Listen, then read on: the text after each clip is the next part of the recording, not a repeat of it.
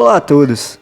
Hoje, no quadro Onde Começou, iremos falar sobre a história da administração, e de onde ela veio e desde onde ela começou até os dias de hoje.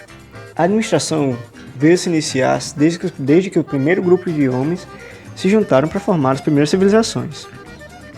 As técnicas e os aprimoramentos da administração que vocês estudam hoje em dia surgiram e vêm se aprimorando desde muito tempo atrás. Tudo se iniciou basicamente há uns mais ou menos 6.000 anos antes de Cristo, onde hoje fica conhecido como Oriente Médio, lá para aquelas regiões perto da Ásia. Durante o período chamado de Revolução Industrial.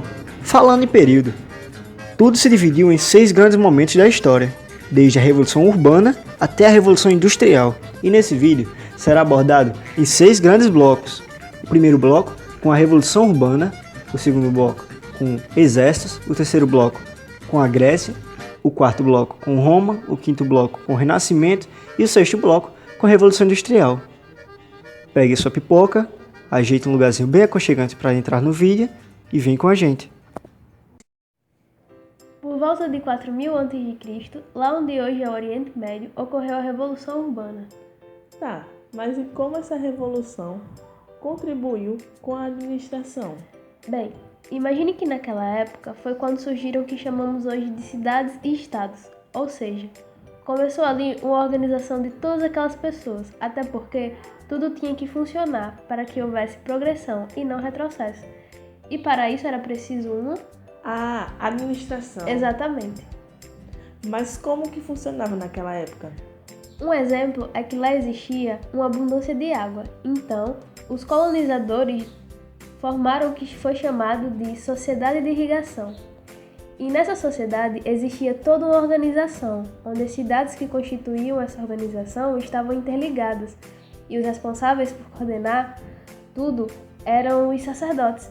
E surgiram também os centros administrativos, onde os funcionários faziam anotações numas placas de argila. Então, deixa eu ver se eu entendi. Na Revolução Urbana, surgiram as cidades e os estados, e eles precisavam de uma administração para que pudessem progredir. Então foi feita toda uma organização para isso, que foi desde a formação de sociedades até a construção de centros administrativos? Sim, exatamente isso. No século V a.C., na Grécia, se iniciou um período fértil de soluções voltadas para a administração das organizações de todos os tipos. E que soluções são essas? Existem várias soluções, mas mostraremos as principais. Que são democracia, ética, qualidade, método e estratégia. Mas o que essas soluções querem dizer? Bom, a democracia é a igualdade de todos perante a lei. Ética, segundo Platão, era a ideia de que a responsabilidade fundamental dos políticos é promover a felicidade dos cidadãos. Qualidade é o ideal da excelência. Método era obter conhecimento sobre a natureza do universo e do ser humano. É a investigação sistemática. E por último, a estratégia, que significava vitória. A história de Roma com a administração é muito interessante. Lá por volta dos séculos 8 e 9 d.C., no auge do Império Romano, Roma contava com 50 milhões de habitantes. E seu território era muito vasto, compreendia a Inglaterra, o Oriente Próximo e o Norte da África. E para dar conta de tudo isso, eles precisavam se organizar, e então desenvolveram técnicas administrativas, e essas técnicas ajudaram a manter o Império Romano por 12 anos. É importante falar que Roma apresenta o primeiro caso de organização e administração de um império multinacional. Sim, pois para dar conta do controle de províncias, recolhimento de impostos, manutenção de funcionários civis e militares e serviços públicos, os romanos criaram diferentes tipos de executivos, como reis, imperadores, cesares, e muitas dessas concepções romanas perduram até hoje na administração pública. Não podemos esquecer do exército romano, que no século III já era muito avançado em termos de organização. O que era feito pelo exército naquela época pouco se diferencia dos séculos posteriores e até mesmo de hoje em dia. E quais eram as práticas utilizadas pelos chefes para a organização dos guerreiros do exército?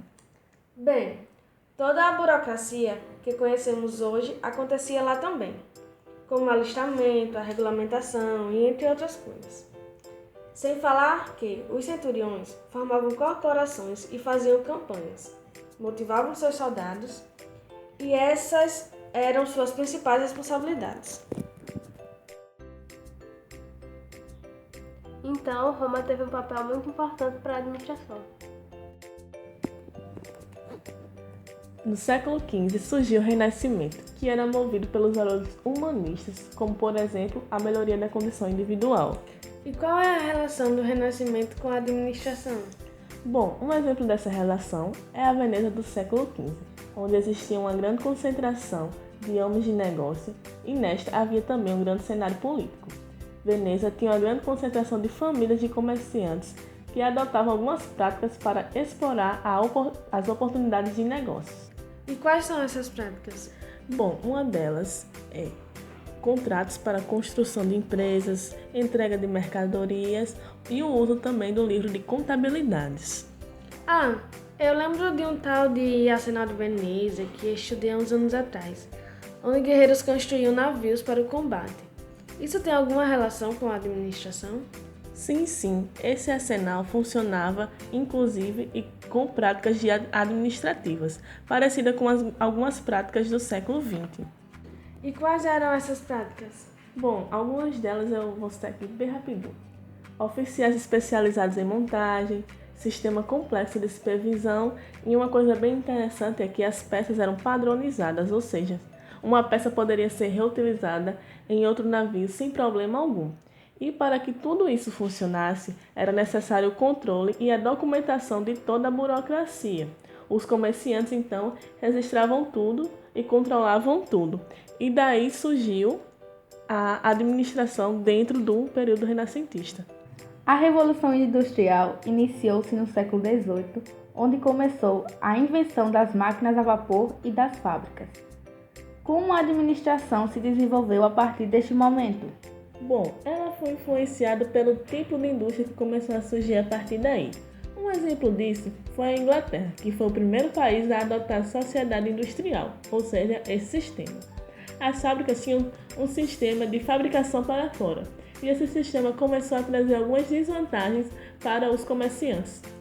O que esses comerciantes fizeram para contornar essa situação? Bom, eles começaram a reunir trabalhadores para poder exercer o maior controle sobre o desempenho. E aí as cidades foram crescendo e aumentaram o número de trabalhadores. E já que esses números de trabalhadores aumentaram, a infraestrutura das cidades também precisavam aumentar. Após esses acontecimentos, surgiram as condições de trabalho. E por que essas condições de trabalho surgiram? Eu não entendi direito.